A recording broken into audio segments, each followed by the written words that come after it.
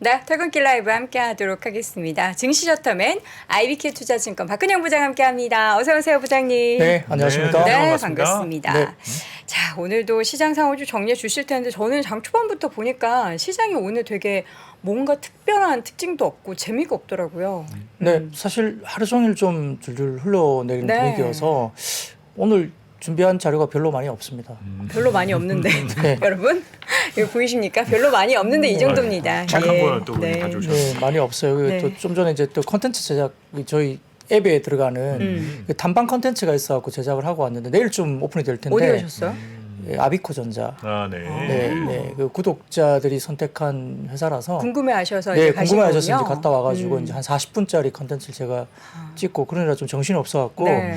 오늘 저녁 마감 시황 자료는 좀 부실하다는 점 좀 부실한데 먼저 좀 이 정도. 죄송스럽게 말씀드리겠습니다. 근데 사실 저희 증권사 애널리스트들 보면 이제 시니어 애널리스트들은 RA를 두고 하거든요. 네. 사실 그래서 상당 부분 방향을 딱 정해주면 상당 부분은 또 리서치를 이제 다 해주시고. 네, RA 분들하고 이제 같이 코어해서 작업을 하는데 네. 부장님은 사실 일당백. 부장님이 다 하시는 RA가 없으시죠. 당연히 없죠. 네. 그냥 좀 그러니까 PB라서. 정말 대단하신 거예요. 내 안에 또 다른 RA가 네. 시장 정리하고 또 다른 또 RA는 네. 아비코전자 그런 또 탐방도 가고 그러는 거잖아요. 그러니까요. 뭐 그냥 하는 거죠. 하는 거고. 탐방은 또 뭐 기관 뭐 영업 관련된 부분도 있기 때문에 뭐 PIB나 IB 영업을 또 아, 같이 네, 해야 네, 되니까 그렇죠. 네. 뭐 탐방 가면서 이렇게 여러 가지 건들을 가지고 또 열심히 해야 되겠죠. 좋습니다. 네, 여튼 뭐 오늘 자료는 뭐 시장도 좀 재미가 없었고요. 뭐 네. 좀 계속 그 코스피 2,500포인트대에 대한 저항은 사실 있을 거라고 생각을 했었어요. 네네. 근데 이제 이평선으로 본다면은 아마 그냥 원화 기준으로 봐서는 2,500 언저리가 이제 뭐 더블 숄더 이렇게 막 약이 저항선이 있다 이야기했지만 또 일부 이제 증권사에서 나온 그 데이터를 좀 보니까 이제 달러 기준 베이스로 돌리면 저항선을 또 돌파를 했다 뭐 이런 식의 또 도표도 나오긴 합니다만 여튼 지금 미국 시장도 보면은 연초에 다소 좀 의외의 강세장이 이루어지면서 일부 저항대를 좀 돌파하면서 뭐 좀 더 가는 것이 아니냐 이런 이야기가 있긴 했습니다만 근데 국내 뭐 PER 기준 뭐 12.6배 정도까지 주가가 올라온 상태이기 때문에 뭐 PER이 뭐 PBR하고 어떻게 어떤 게 더 정말 정확한 지표로 우리가 봐야 되냐 그건 알 수는 없으나 아무튼 어쨌든 밸류에이션상 단기적으로는 조금 이제 쉬어가거나 그다음에 수급 쪽으로는 외국인 수급에 좀 달려 있는 그런 분위기가 왔기 때문에 오늘 같은 경우는 외국인들 수급이 그렇게 썩 코스피를 사주지 않는 분위기에서 선물은 팔았고 또 기관은 또 매도가 대규모로 나온 상태. 그러니까 이제 주가가 좀 못 가고 최근에 좀 올랐던 종목들 중심으로 좀 차익 실현이 나오는. 그러니까 하루 종일 좀 재미가 없었던 뭐 하루로 볼 수 있습니다. 그 인텔의 실적 부진도 사실 영향을 미쳤기 때문에 반도체 섹터를 포함한 뭐 일부 뭐 IT 쪽도 좀 좋지 못했고요. LG에너지솔루션 우리 사주 의무 예탁 기간 종료에 따른 물량 출액 가능성. 그러니까 뭐 누가 어떻게 전환을 해서 팔고 있는지를 알 수가 없잖아요. 다만 이제 팔 수 있는 기간이 왔기 때문에 물량 출액 가능성 등에 대한 이슈가 있어서 코스피 대형주의 약세로 하락세를 보였습니다. 시작은 강보합 정도로 시작을 했는데요. 아침에 외국인들은 코스피 200 그리고 선물은 매수를 출발했습니다만 기관은 선물 매수만 출발했고 현물은 양시장 다 매도로 출발했습니다. 코스피는 말씀드렸듯이 지난주 5거래일 연속 상승 후에 2,500포인트에 대한 기술적인 부담이 있어서 기본적인 시장 낙폭이 확대된 분위기였는데요. 외국인들의 선물 매도 규모 확대 때문에 10시경에는 코스피가 2,460포인트를 위협하는 수준까지 이제 빠지기 시작했습니다. LG에너지솔루션 같은 경우는 우리 사주 보호예수 물량 해제 가능성 때문에 기관 중심으로 또 차익 실현 물량도 출회가 되면서 상당히 좀 빠지기 시작했는데 근데 일각에서는 생각보다 좀 덜 빠졌다. 이렇게 뭐 부담감이 되게 있음에도 불구하고 좀 덜 빠진 거 아니냐 이런 뭐 이야기도 하는 부분이 있습니다만 아무튼 지난주에 꽤 또 LG 에너지솔루션도 꽤 올랐었습니다. 그런 상태에서 물량 출회 가능성에 대한 이슈가 있는 상태였기 때문에 상대적으로 좀 약세였다 볼 수 있겠고요. 오전 중에 외국인 매수가 유지됐지만은 지난주 대비 매수 규모는 상당히 좀 대폭 축소가 됐죠. 그리고 이제 전기전자 업종에 외국인들은 아직은 샀고요. 창구 기준으로 본다면 뭐 삼성전자가 여전히 이제 외국인들이 좀 사는 분위기였고 그다음에 운수장비나 화학, 의약품도 매수를 보였고 아마 서비스, 유통, 운수 창고는 매도를 보였습니다. 기관은 운수장비 외에는 매도 우위였고 코스닥은 게임과 일부 제약주 정도만 수급이 양호했고요. 오후 들면서 코스피는 기관 순매도세가 이어지면서 장중 외국인들이 종목들이 잠시 순매도 전환까지 이어졌습니다만 종가 기준 순매수는 유지가 외우기는 됐습니다. 연초 이후의 급반등 영향에 따라서 아까 말씀드렸던 12개월 선행 PER이 뭐 12.6배 정도까지 레벨업이 되면서 조금 부담스러운 국면까지 들어왔고요. 실적 전망이 아직도 조금 하향 조정이 아직은 좀 남아 있는 국면입니다. 여기에 따라서 뭐 단기 밸류에이션 부담이 될 수 있는 자리는 분명히 될 수 있다 이렇게 볼 수 있는 상황이고, 금주는 특히 이제 월말 월초를 이제 맞이하면서 주요 경제 지표 발표라든지 2월 FOMC 일정이 예정되어 있기 때문에 경계 심리도 여전히 있을 수밖에 없죠. 표를 좀 가져와 봤습니다. 이 표가 금주 주요 일정표인데요. 이게 좀 이따 좀 천천히 한번 보시면 좋겠습니다만, 아무튼 31일, 뭐 2월 1일, 2일, 3일 정도 계속 보면서 미국의 주요 지표라든지 뭐 FOMC 등등 관련된 지표가 상당히 좀 많이 출시될 수 있는 어떤 뭐 일정이 있기 때문에 좀 빡빡합니다. 그래서 변수가 될 수 있는 여지가 있기 때문에 조금 경계하는 모습들이 있다 볼 수 있겠고요. 그 원달러 환율은 엔화나 위안화 강세 영향에 여전히 조금은 1230원을 하회하는 모습까지 보였습니다. 근데 추가 제약은 좀 제한적인데, 일부 증권사에서는 뭐 원달러 환율을 뭐 1150원 정도까지는 좀 더 갈 수 있다 이런 추정을 하는 뭐 리포트도 나오긴 합니다만, 네. 아무튼 달러 강세 요인이 조금은 좀 누그러지면서 조금 더 방향성은 아래쪽으로 좀 보는 듯한 뉘앙스는 아직까지 리포트가 나오는데요. 사실 환율은 아무도 알 수는 없죠. 뭐 갑자기 또 일본에서 어떤 정책이 나올지 그것도 알 수 없는 것들이 똑같습니다만, 여하튼 뭐 아직까지는 조금 더 달러 강세 쪽으로 전환한다 이것보다는 조금 더 분위기가 현재처럼 이어진다라고 이야기를 하는 것 같습니다. 보면요, 우리 정프로님이 네. 한창 달러가 올랐을 때 그때 이제 달러의 상승에 베팅을 하는 투자를 해라 우리 시청자분들이 이야기하셔서 네. 하셨잖아요. 근데 그러고 나서도 좀 더 올라서 이거 뭐야 이번에는 정반꿀이 아니잖아 그랬는데 결국에는 이렇게 또 정반꿀이 되는군요. 그러네요. 요즘은 어떠세요? 네. 요즘에도 뭐 시장에서 늘 소외되어 있으시죠. 네. 근데 그렇습니다. 뭐 사실 이번 주 앞서 그 주간 일정 상황에서도 보면은 FOMC에다가 22 금리 결정까지 네, 많아요. 너무 많은 재료들이 있습니다. 네. 사실 그러다 보니까 뭐 방향을 위쪽으로 지지해주는 내용들도 있고 상당히 조금 누르려 제한하는 하는 것도 수 있고. 있는 요소 등이 있거든요. 그러니까 이제 또 워낙- 지수는 올라와 있고. 네, 그러다 보니까 이제 아무래도 심적으로는 상당히 조금 부담을 가질 수 있는 만한 시기예요. 그래서 저도 내일 이제 2월 전망 자료를 내일 내놓는데 네. 제가 쓰고 계신 이미 거죠? 다 썼습니다. 저는 그 타이틀만 여기서 말씀을 네. 드리면 제가 견토방구라고요. 무슨 그래서 방구요? 견토방구 방구 종류. 사자성어입니다. 뭐예요, 사자성어고요. 견토 토끼를 보고 네. 방구 강아지를 내보내라. 토끼를 그러니까는 보고 토끼를 본 다음에 사냥개를 내보내도 괜찮다라는 음. 겁니다. 만약에 토끼가 등장하기 전에 사냥개를 먼저 내보내면은 네. 토끼가 등장할까요?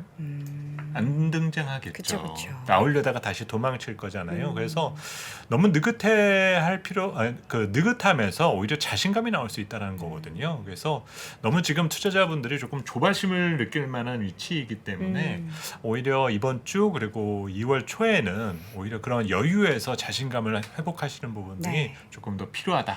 그 점을 조금 더 말씀을 드리고 싶습니다. 네. 자, 그럼 오늘 그러면 이슈가 된 섹터들 하나씩 좀 보도록 하겠습니다. 오늘 가장 뭔가 이렇게 두근두근했어요. 장중의 네. 변동성도 굉장히 많았고요. 네, 네. 2차 전지 얘기부터 좀 해볼까요? 네, 지금 저는 아까 급하게 오느라 뭐 확인을 못했습니다만 지금 뭐 포스코 상승하다. 케미칼이 뭐 포스코케미칼. 대규모 뭐 수주를 했다는 이야기가 지금 나오고 맞아요, 있는 것 맞아요. 같은데요. 뭐 시간에서 아마 반응을 하겠죠. 그래서 이런 부분들이 결국 이제 성장성에 대한 우려가 작년 12월 연말에 뭐 테슬라가 뭐 중국 시장에서 어떻다 이야기들이 많이 나오면서 되게 꺾이는 부분, 그리고 4분기 실적이 뭐 셀이나 소재 업체들이 대부분 다 4분기는 좀 쉬어가거나 아마 컨센을 미스할 것이다 이야기가 나오면서 좀 쉬었는데, 1월달 접어들면서 테슬라가 유럽 쪽이나 미국 쪽에서 꽤 재고를 많이 소진하는 모습, 물론 가격 인하 영향도 있었겠습니다만 아무튼 가격 탄력성, 그러니까 가격을 좀 내리니까 수요가 확실하게 탄력을 받으면서 많이 팔리더라, 재고 소진을 빨리 하더라. 이 부분에서는 아직까지는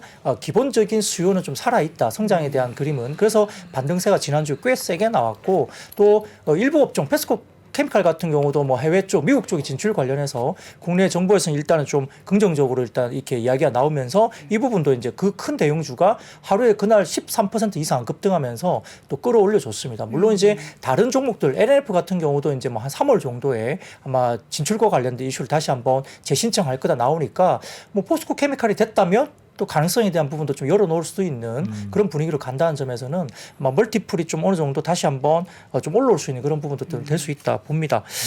LG에너지솔루션 같은 경우는 수급 이슈가 있는데 뭐 다들 잘 아실 거예요. 근데 뭐 표를 한번 가져와서 편하게 좀 이렇게 보시면 쉽게 보입니다.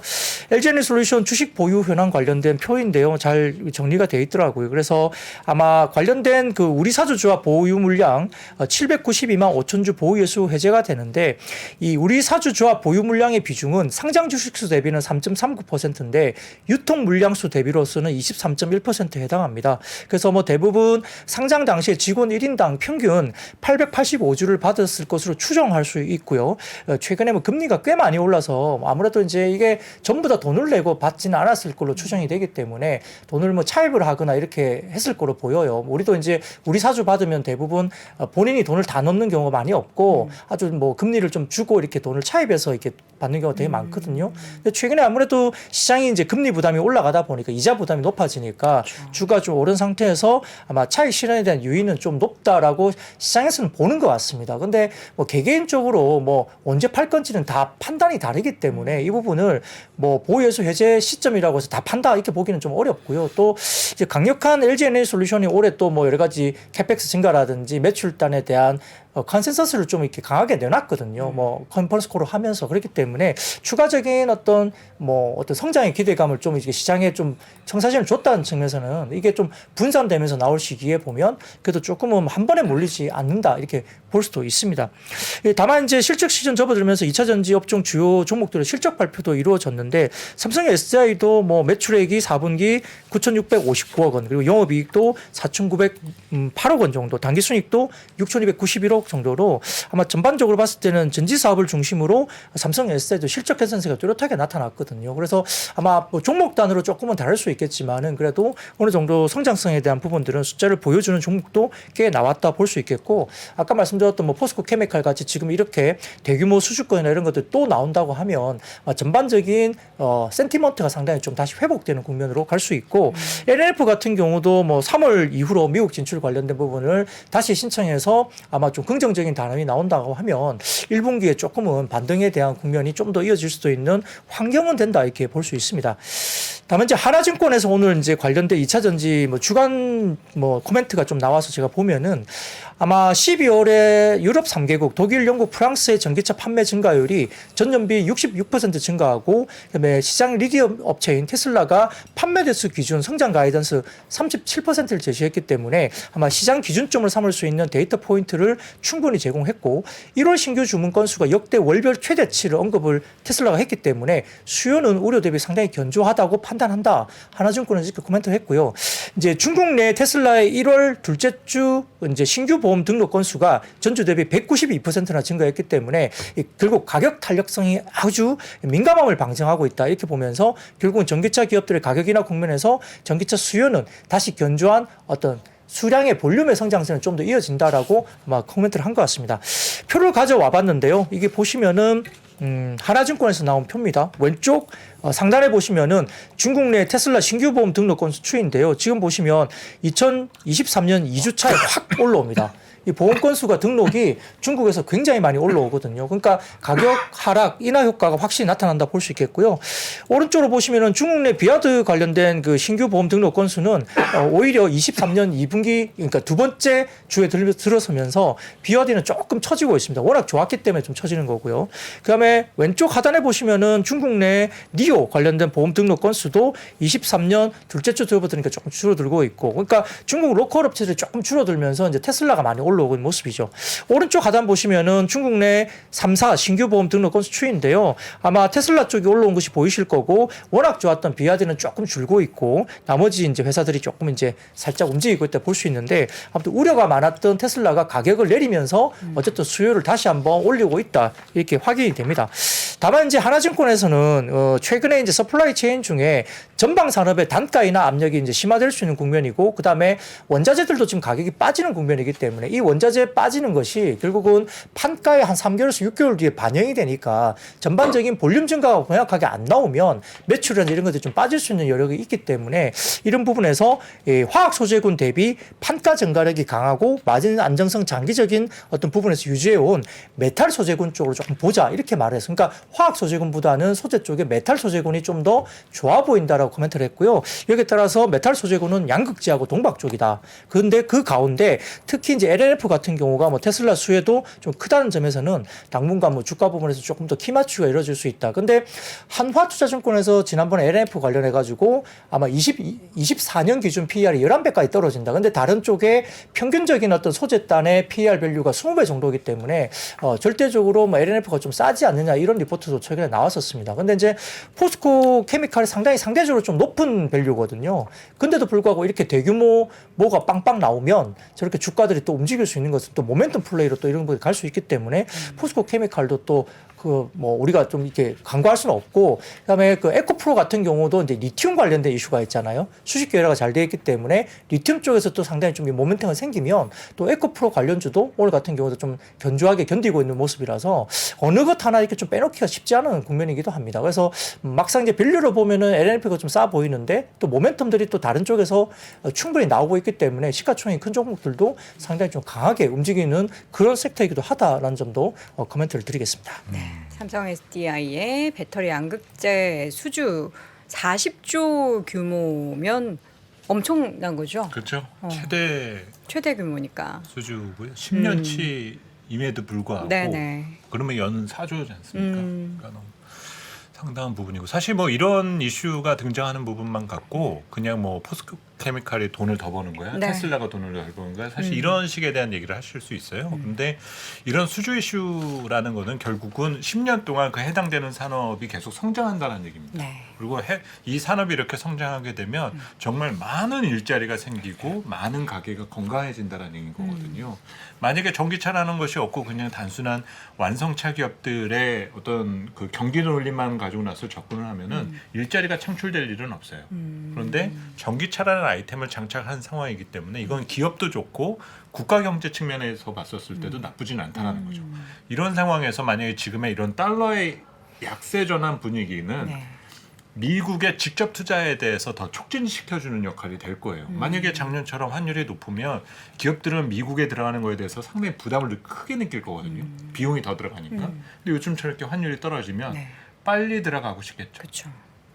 포스코 케미칼 내일 급등각이잖아요. 뭐 어쨌든 지금, 내일 아침 반응은 봐야 되겠죠. 지금 일단 시간의 거래에서는 7.57% 급등하면서 6시에 마감이 됐다라는 거 23만 4천 2345네요. 23만 4,500원 축하드립니다. 자, 이어서는 오늘 AI 챗봇 관련된 얘기인데 요즘 보면은요. 네. AI가 붙으면 이제 다 약간 테마가 형성되더라고요. 네. 사실 뭐 스쳐도 뭐 급등이라서 네. 조금 우려스럽기는 합니다. 그쵸. 뭐 종목들을 다 보면 최근에 약간 좀 저도 이게 리포트 제목에 자꾸 이렇게 챗 GPT를 약간 연계시켜서 어떤 종목을 부각시키려는 제목이 좀 나오는 것이 엮으려고. 일부의 뭐 증권사 쪽의 리포트를 보면 좀 그런 성향이 좀 보여서요. 네. 뭐 물론 이제 기본적으로 펀더멘탈리 너무 싸고 좋은 종목은 뭐 올라야 되는 게 맞죠. 목표 주가 상향 조정할 수도 있는데 제목 자체를 조금 그렇게 연계하는 것은 어떨 땐 조금 과한 느낌도 좀 있다라는 뭐 그런 느낌도 개인적으로는 그쵸. 좀 듭니다. 그래서 뭐 그렇게 하지 않더라도 뭐 좋은 종목은 결국은 주가가 제값을 받을 수도 있는 환경이니까 좀 지켜보자 했는데 그래도 그만큼 이제 지금 뭐 시장의 어떤 수급적인 화두, 그러니까 뭐 주가가 싸서 그리고 뭐 엄청난 매출이 나와서 그런 것보다는 수급적인 쏠림이 그쪽으로 있다는 측면에서 약간 화두가 되는 건 분명히 맞는 것 같은데 그렇기 때문에 어떤 부분에서는 조금 경계를 해야 될 부분도 있다는 느낌도 듭니다. 표를 하나 가져와 봤는데요. 그 챗GPT 관련된 부분에서 100만 명 유저를 이제 가기 위한 그 시간이 걸린 걸 가져와 봤는데요. 보시면 어떠세요?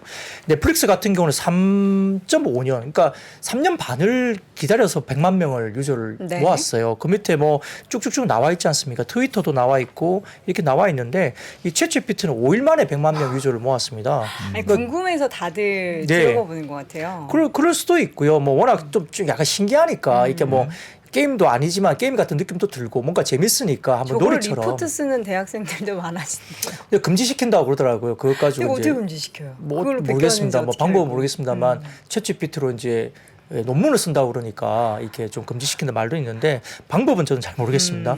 근데 아무튼 뭐 챗GPT 관련해서 이렇게 나와 있는데 아마 지난해 11월 30일에 출시된 챗GPT가 이제 이미 지금 현재 1일 이용자가 1,000만 명을 넘어선 걸로 이제 추정은 됩니다. 그 다음 표를 보여주시면 이게 아크 인베스트에서 나온 이제 자료거든요. 네. 이게 보면 오늘 이제 1월 22일 현재 챗GPT 1 사용자 수를 1,500만 명 정도 추정을 하고 있고요. 시장 조사 기관 그 시밀러 웹은 챗GPT 1 방문 횟수를 2천만 회 하루에 그리고 월 순 방문자가 7,500만 명으로 추정하니까 사실 이만큼 이제 지금 뭐 트위터보다도 훨씬 더 지금 핫하다고 볼 수 있겠죠. 그래서 이런 부분들 때문에 최근에 아시다시피 구글 경영진에서 뭐 일부 뭐 레드 코드를 뭐 선언했다 뭐 이런 이야기가 나오면서 약간 뭐 위험하게 굉장히 좀 위기 의식을 느끼고 있다 이런 말도 나오는데 실제로 뭐 구글이 챗GPT 때문에 위기 의식을 느끼는지 그건 저는 잘 모르겠습니다만 아무튼 시장에서는 자꾸 이제 기사가 구글을 대체할 수 있다 이런 식으로 이제 논조가 나오잖아요. 아니 이거는 네. 제가 사실 저는 이거 뭐 가입하라 그래가지고 안 써봤거든요. 근데 내용을 이렇게 보니까 뭐 의학적인 질문부터 시작해서 일상생활의 팁 뭐 이런 질문 다 대답해줘요. 네네 그렇습니다.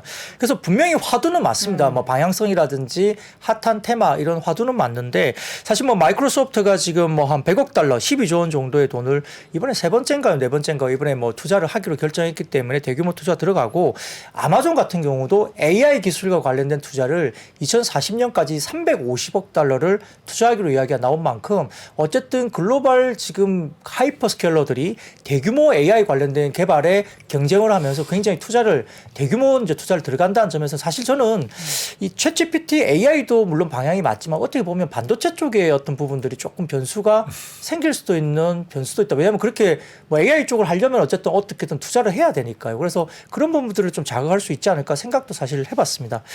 다음 사진을 보여주시면은 구글 검색량에서 테슬라를 추월한 GPT 관련된 부분이 사진으로 나오는데요. 이 보시면은 이 구글 트렌드 쪽에서 나온 자료인 것 같아요. 그래서 이 보시면은 확실히 챗GPT가 뭐 테슬라 BTS보다도 훨씬 더 최근에 구글 쪽에 물론 이제 BTS가 워낙 핫했습니다만 이제 뭐 군대도 가고 이렇기 때문에 조금 슬로우 다운 하고 있는데 어쨌든 테슬라보다도 지금 챗GPT가 더 이제 구글 쪽에서 훨씬 이제 테마가 되고 있는 거죠.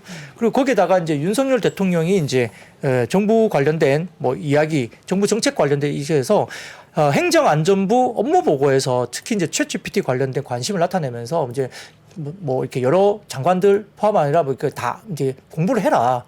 굉장히 관심이 많다. 굉장히 재밌더라. 이렇게 말씀하신 것 같아요. 그래서 이런 부분들 때문에 아마 관련된 복합지능 초고대 AI 기술 개발에 22년부터 26년까지 2,655억 투자 그리고 27년까지 445억을 추가로 들여서 공공과 산업 분야 난제 해결을 돕는 AI를 개발하기로 했다. 이렇게 이야기 나왔습니다. 근데 아까 아마존만 해도 350억 달러니까 정부 차원에서 2,655 이게 사실 크다면 크고 이게 작다면 작은 금액이라 국내에서 어떻게 이게 개발될지는 잘 모르겠습니다만 아무튼 이런 부분들이 역시나 이제 센티적으로 수급이 또 쏠리면서 뭐 데이터 솔루션, 마인즈랩, 코난 테크놀로지, 뭐 플리토 이런 종목까지도 올라가는데 하여튼 뭔가 이렇게 엮이면서 종목들이 꽤 중소형주들이 좀 수급적인 쏠림 현상으로 주가들이 올라간다 이렇게 나옵니다. 그리고 바이브 컴퍼니나 와이드 플래닛, 핀텔, 뮤진 로봇, 뭐 비플라이 소프트 이런 종목들은 역시나 이제 테마주로서도 오늘 상승을 했고요. 또 음성인식 AI 센서 기술을 보유하고 있는 프로닉스에 투자한 아이윈도 이 시장에서 오늘 부각이 됐기 때문에 역시 테마 같은 이슈가 있습니다. 근데 제가 재밌는 걸 하나 가져왔어요. 네, 자, 이거 한번 띄워주시죠. 이게 되게 재밌는데 누군가가 챗GPT에다가 이렇게 물어봤답니다. How much is 2 plus 5? 그러니까 2 더하기 5는 얼마야? 제가 물어보니까. 챗GPT 할게요. 네. 2 더하기 5는 7입니다. 네, 그렇게 나왔죠. 근데 우리 집사람이 그거 8이라고 그랬어. 사실 2 더하기 5는 7이 맞습니다. 8이 아닙니다. 그러나 뭐 당신의 와이프가 실수를 하거나 혹은 잘못 알아들었을 수도 있습니다. 근데 우리 와이프가 계속 8이라고 해. 계속 그게 맞다고 그러거든? 아니 근데 그런 느낌이 아니에요. 네. 내 와이프는 언제나 오라. 항상 맞아. 네. 언제나 항상 오라. 그러니까 근데 챗GPT가 사과를 합니다. 미안합니다. 뭐 나는 에러가 있을 수도 있고요. 2021년부터 이게 트레이닝된 데이터이기 때문에 반드시 뭐 맞다라고는 할 수 없습니다. 그러므로 당신의 와이프가 그렇게 말하다면 그게 맞습니다. 팔이 맞습니다. 이게 팔입니다. 뭐죠? 챗GPT가 약간 와이프 무서워하는 약간 건가요? 소름 돋지 않아요? 약간 뭔가 예. 소울이 있는 것 예, 같아요. 약간 소름 돋아요. 저는 네. 이제 이걸 왜 가져왔냐면 이게 기준이 우리가 그냥 연산과 관련된 거라면은 그러니까요.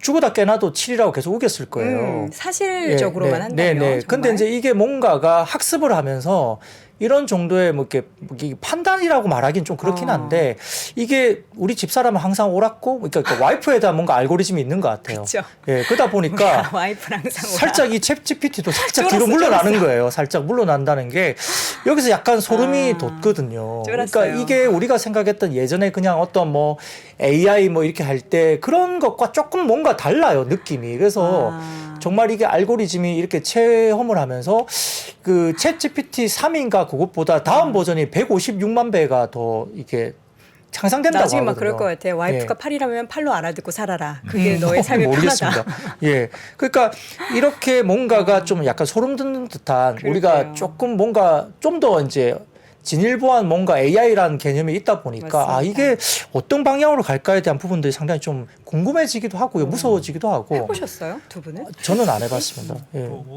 최근 저는 그 CES에서 네네네. 삼성 부스에서 이 비슷한 게 있었거든요. 어. 거기서 이제 얘기 나왔었던 게 생산적 AI하고 네. 공간 인식 AI 부분을 네. 다루면서 AI도 이제 공감 능력을 표현할 수 있다라고 얘기를 하는 거예요. 공감. 예, 그러니까는 우리가 기본적으로 이제 인공지능이나 기계는 인간의 어떤 공감 능력을 갖기에는 워낙 연산 작용에서는 거기까지가 넘어가기는 어렵다라고 하는데 이제 앞으로는 이제 그런 것들이 이제 가능해진다는 거죠. 학습화된 공감 능력을 그렇죠. AI가 가지고 그래서 있다고. 말 그대로 정말 사람과 더 많이 가까워지는 느낌을 줄 수 있다라는 거고 이것이 이제 계속 일반화되다 보면은 뭐 여러 가지 우리가 댓글이나 여러 가지가 작성이 되지 않습니까? 이들 중에도 사이사이에는 저런 그 인공지능이 계속 활동하게 될 가능성이 더 크다라는 거죠. 저는 지금 한번 궁금해서 해보려고 그랬는데 번호 인증번호 하라 그랬는데 핸드폰이 밖에 있어가지고 할 수가 네네. 없네요. 네. 언젠가 해보고 답변 드리겠습니다. 여튼 뭐 우리가 이제 뭐 이것 때문에 뭐 그래서 뭐 챗GPT 관련주를 사야 된다는 게 아니라 그쵸. 이 방향성에 대한 부분 그리고 이제 속도에 대한 부분을 좀 고민할 필요는 있는데 여튼 뭐 좀 약간 우리가 기존에 알고 있던 AI하고는 조금 다른 국면으로 뭔가가 우리 생활에 제시되고 있는 것이 아니냐 그런 생각도 좀 한번 해봅니다. 이거 아이들이 네. 숙제하기 싫을 때 이건 쓸 것 같아요. 수학 아이들은 문제. 이미 많이 하고 지금 있죠. 현재 기존에 있는 검색 엔진들을 네네. 이미 많이 활용을 하고 있는 상태고요. 또 우리가 신기하네요. 아이를 키울 때 보면은 가장 폭풍 질문이 오는 시기가 있거든요.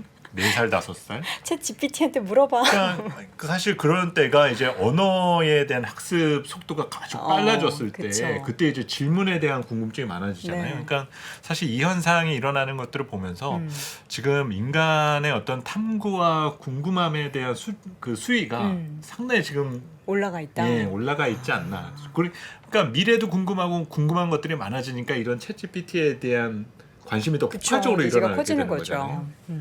참 신기한 세상인데 아직 저희는 명확하게 경험해 보지 못해서 우리가 또 경험을 해보면 뭔가 다른 걸 좀 알 수 있을 것 같습니다. 근데 또 오늘 이것뿐만 아니라 음반 쪽에도 약간 AI가 붙었더라고요. 네, 뭐 언론에 따르면 구글이 문자를 음악으로 만드는 생성 인공지능 뮤직 이게 LM을 뭐예요? 개발했다 네. 이렇게 나오니까 이것도 사실 또 놀라운 거죠. 문자를 음악으로 바꾸고 멜로디를 다른 악기로 변환하는 등의 음악 생성 기능을 갖춘 AI를 이제 구글이 개발했다 나왔습니다. 그래서 이제 뭐 논문에 따르면은 뮤직 LM이 이제 28만 시간 분량의 음악 데이터셋으로 이루어졌고요. 음질은 24kHz 수준으로 복잡한 텍스트를 입력해도 상당히 좀 어울리는 음악을 만드는 것으로 알려졌습니다. 그래서 이제 NHN 벅스라 이제 지니 뮤직, SM 등의 일부 음반 관련된 이것도 테마주가 상승을 했는데, 근데 이제 좀 확인을 해보니까 구글이 뮤직 LM의 뛰어난 성능에도 불구하고 공개를 하지 못한 것은 저작권법 때문에 그렇다. 약간 좀 비슷한 네, 네, 멜로디가 네. 나올 수 있으니까. 그래서 완전히 자유로운 저작권법에 대한 완전히 자유로운 그런 수준까지 네. 발전을 할 수도 있겠지만은 아마 현재로서는 아티스트를 대체할 수 있는 부분이 불가능하다 이야기되고요. 지원 도구 역할만 하더라도 이것도 뭐 지금 법적으로서는 지금 아마 뭐 법적 문제 뭐 네. 저촉이 될 수 있어서 좀 불가능한 그 상황으로 이렇게 알려집니다. 그래서 이게 뭐 개발된 건 맞지만은 좀 실질적으로 좀 어렵다 이렇게 알려지고 있는데 그럼에도 불구하고 어쨌든 테마주로서 관련된 음원 관련주는 이러한 어떤 뉴스 소스 때문에 주가들이 좀 움직였다 볼 수 있습니다. 이게 그거죠. 뭐 문자로 너 지금 어디니 이렇게 하면은 음악으로 너 지금 어디니 뭐 이러면서 뭔가 아, 음이 그래요? 만들어지는 그런 거죠. 뭐- 이거를 사용할 일이 있을까요? 글쎄요. 약간 뮤지컬스러운 그런 문자가 간다. 요거는 이제 사용하기가 지금 법상으로 저작권법 관련해서 쉽지가 않다. 근데 왜 급등을 했을지 참 궁금합니다. 반도체 이야기 좀 해주세요. 네, 지금 뭐 물가지표 둔화 소식에 뭐 페드 금리 인상 속도 조절 기대감이 지속되고 있고 3대 지수도 뭐 주말 사이에 조금 상승을 보였습니다만 필라델피아 반도체 지수가 워낙 그 전주에 워낙 많이 올랐었기 때문에 아마 인텔의 또 실적 쇼크 여파도 있으면서 하락세를 보였습니다. 그래서 그 영향도 있었고요. 인텔이 어쨌든 실적을 좀 하향 조정하면서 좀 좋지 못했고 상당히 좀 많이 빠졌죠. 그래서 오늘 삼성전자나 하이닉스나 뭐 관련된 중소형 반도체 관련주도 좀 많이 하락세를 보였는데 언론에 따르면은 또 미국의 중국에 대한 반도체 장비 수출 규제에 네덜란드와 일본 정부가 동참하기로 결정했다는 뉴스가 언론에 나왔습니다. 사실 네덜란드 입장에서는 좀 이제 약간 좀 버티는 듯한 느낌도 있었거든요. 미국 쪽에 이러한 부분에 대해서 우리는 뭐 그거 상관없이 그냥 할 거야라고 분위기가 좀 가는 듯 했는데 결국 일본하고 네덜란드 이제 쪽에서 동참하는 걸로 아마 외신에서는 이야기가 된 것 같습니다. 그래서 전반적으로 국내 반도체 기업들에 대한 미래 전략에 영향을 중국 시장에 미치기 때문에 관련해서는 뭐 반사이익을 있을 수도 있다. 이렇게 보는 쪽도 있습니다만 그럼에도 불구하고 중국이 한국 반도체 수출의 60% 이상을 차지하는 나라입니다. 그러니까 한국 반도체가 중국 쪽에 60% 이상 매출을 또 보고 있기 때문에 이런 부분에서 결국은 뭐 중국 내 공장 운영에도 뭐 국내 업체들이 또 제한적일 수 있어요. 한국 업체들이 중국에 공장을 갖고 있으니까 영향도 있을 수 있기 때문에 또 부정적인 영향 또한 클 수도 있다는 시각도 있기 때문에 양쪽 다 뭐 반사이익 또는 우리도 부정적일 수 있다 이렇게 영향은 다 생각을 하는 것 같습니다.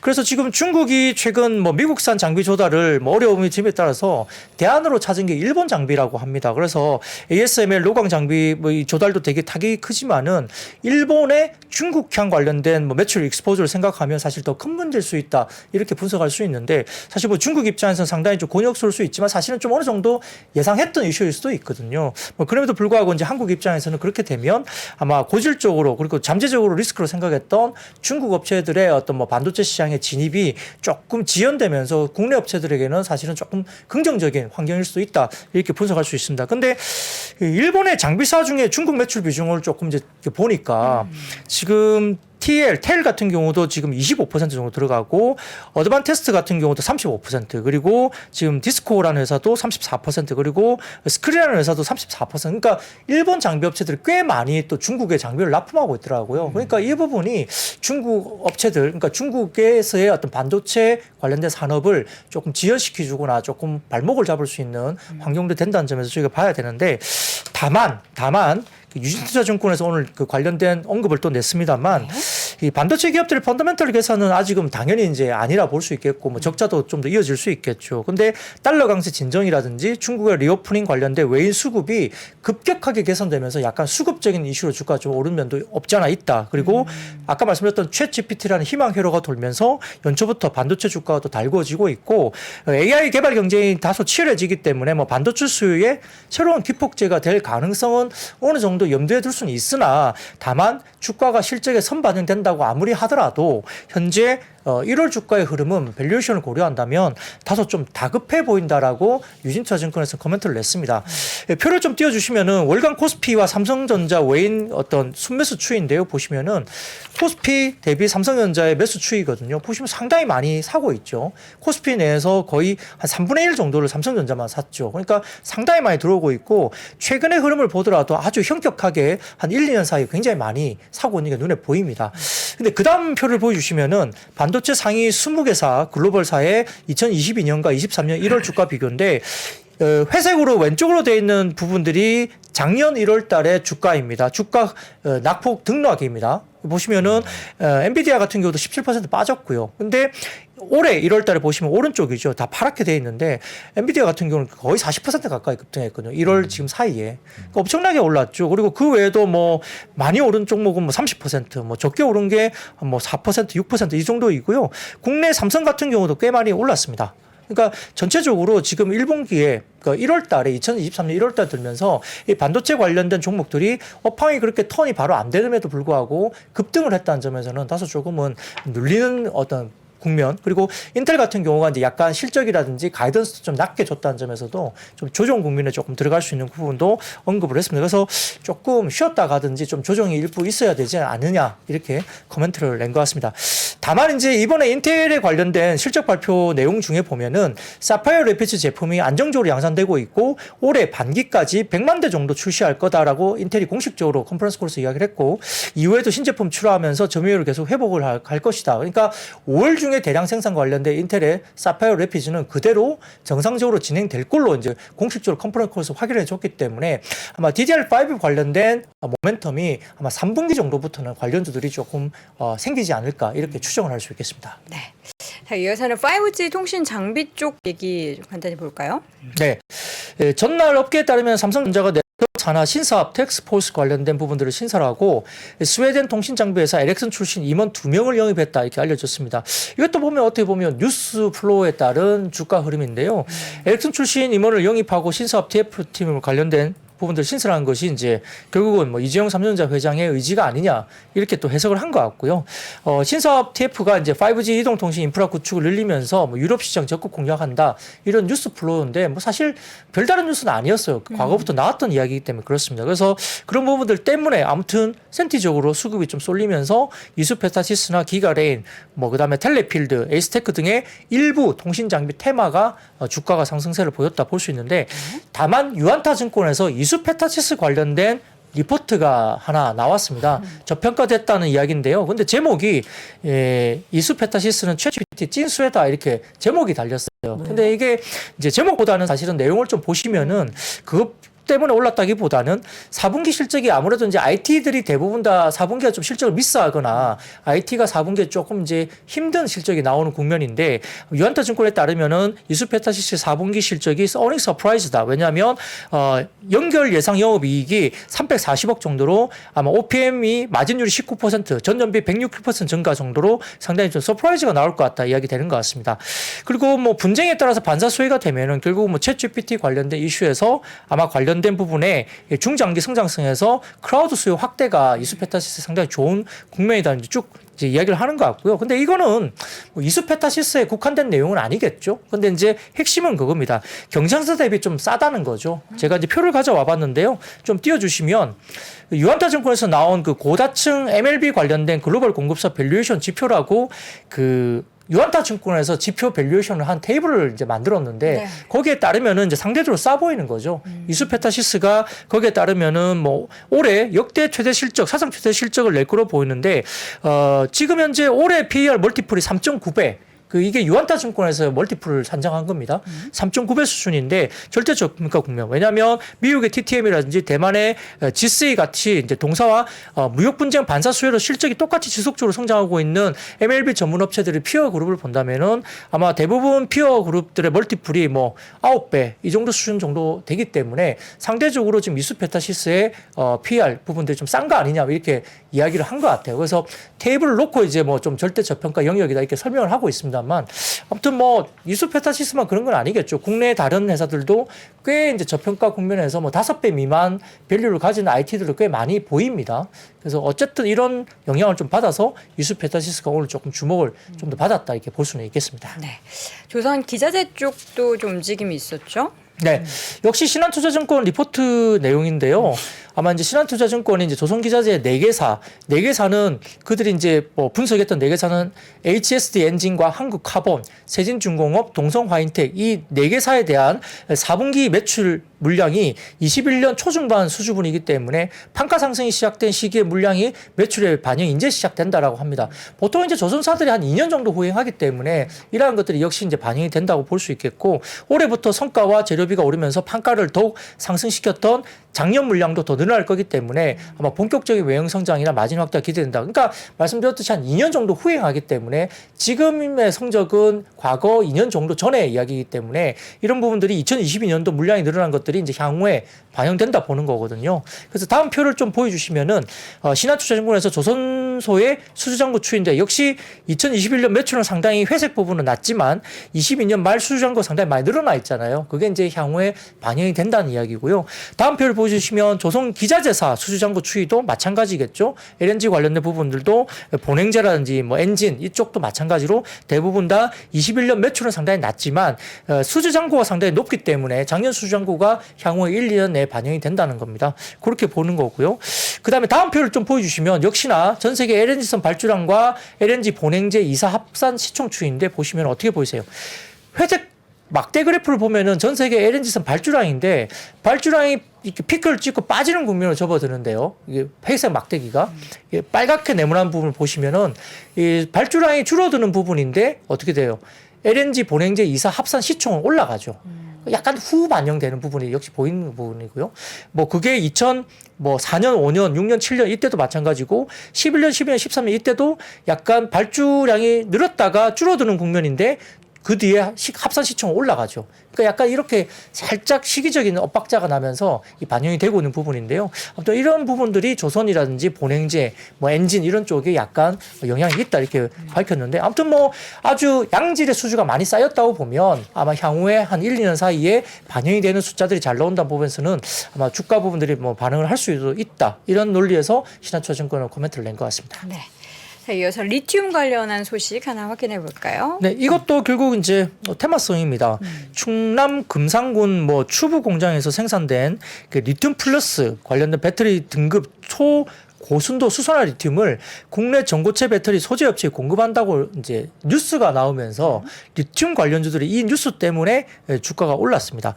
사실은 리튬 플러스 수소나 리튬 초도품에 대한 1차 품질 평가가 마쳐졌고 600kg의 수소나 리튬을 전고체 배터리에 사용되는 황화 리튬 대량 제조 공장에 시험 투입할 것으로 이제 뉴스가 나왔어요. 그러니까 이게 사실은 또 테마성으로 움직인 걸로 볼 수 있습니다. 그래서 뭐 하이드로 리튬, 금양, 뭐 미래 나노텍, EM 플러스 등의 리튬 관련 테마주가 또 급등했는데 이런 부분들은 역시나 또 테마주가 리튬이 아직까지도 이렇게 움직인다는 부분인데요. 근데 중국 관련된 리튬 가격은 빠지고 있어요, 계속. 그리고 과거 대비 뭐 고점 대비 뭐 절반 이하로 빠진다. 중국 정부에서도 나서서 리튬 가격을 지금 낮추려고 계속 하고 있는 상황이기 때문에 이런 뉴스만 갖고 또 주가 움직이는 것도 사실은 조금 우려스럽다 볼 수도 있습니다. 네.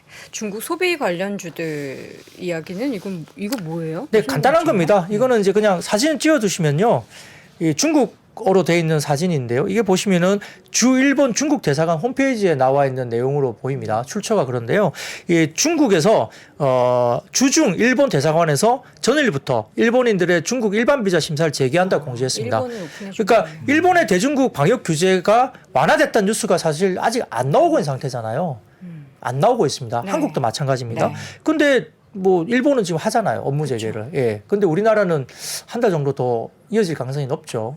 그러니까 약간 이렇게 엇박자 나잖아요. 일본은 열리는데 한국은 아직은 한 달 정도 이상은 더 간다. 그러니까 약간 최근에 주가도 좀 움직였지만 센티적으로 약간 좀 이렇게 일본은 열리고 한국은 안 열리고 이런 부분이 좀 영향이 사실 좀 있었던 것 같아요. 뭐 이게 오늘 중국 소비 관련주가 빠진 이유는 꼭 절대적이지는 않겠지만 그래도 뭐 우리가 화장품주라든지 이런 것들도 좀 빠진 걸 보면 약간 이런 영향도 좀 있다 보이는데 그나마 일부 LCC 종목은 그래도 플러스가 나온 종목이 꽤 있습니다. 일부. 그거는 이제 중국 관련된 이슈로 LCC가 좋아진 게 아니잖아요. 일본 수요나 동남아 수요 이쪽으로서 LCC가 좋아진 거기 때문에 조금 다른 결에서 LCC는 조금 빠지지 않고 일부 오른 종목도 있는데 아무튼 그냥 일반적인 소비주 뭐 화장품이라든지 뭐 여행주 이런 것들은 다소 조금은 이런 영향이 좀 있었지 않을까 이렇게 추정할 수 있겠습니다. 네. 자, 이렇게 해서 오늘도 뭐 별거 없다고 했지만 굉장히 많이 죄송합니다. 건강하게. 많이 준비 못했습니다. 예. 예. 많이 준비하면 시황 2시간 아유, 할기세요. 그러게요. 7시간 내내 중계하실 수도 있을 것 같습니다. 자, 오늘도 또 성실한 우리 증시 셔터맨 IBK 투자증권 박근영 부장 함께했습니다. 부장님 고맙습니다. 네, 감사합니다. 열심히 공부해서 좋은 데 들어가. 그러면 거기는 안정적이기 때문에 뭐 사람들과 잘 지내면 별탈 없이 무탈하게 잘 끝낼 수 있어. 내가 가르치는 걸 좋아하다면 해야겠죠. 근데 그게 아니라 나의 안정된 삶을 위해서라면 너무나 슬프잖아요. 내 삶의 주인이 내가 아니라고 느껴지시나요? 나의 미래. 여기서의 시간은 유한하잖아요. 은퇴하신 다음에도 남아있는 기간이 50년 남았단 말이에요. 그때의 생각과 날카로움을 내가 주도할 수 있는 다른 산업에서 어떻게 펼칠 것인가에 대한 고민을 하셔야 됩니다. 말만 들어도 막 마음이 뛸 것 같아. 주체적인 삶을 위한 첫 시작. 미래대학의 가장 큰 하나의 슬로건이자 목표는 뭐냐면 각자가 주체적인 삶을 살 수 있도록 도와드리고 싶었어요. 더 넓은 대학을 향해서 가려고 그러면 먼저 뗏목을 만들어야 될 거 아니에요. 그렇죠. 그 출발점을 미래대학으로 저는 좀 돕고 싶었죠. 2023년 내 삶을 위한 투자. 3프로TV 미래대학과 함께하세요. 12월 19일부터 31일까지 강의 불만족 시 100% 환불해드립니다. 자세한 내용은 영상 하단의 링크 혹은 3프로TV 앱에서 확인하세요.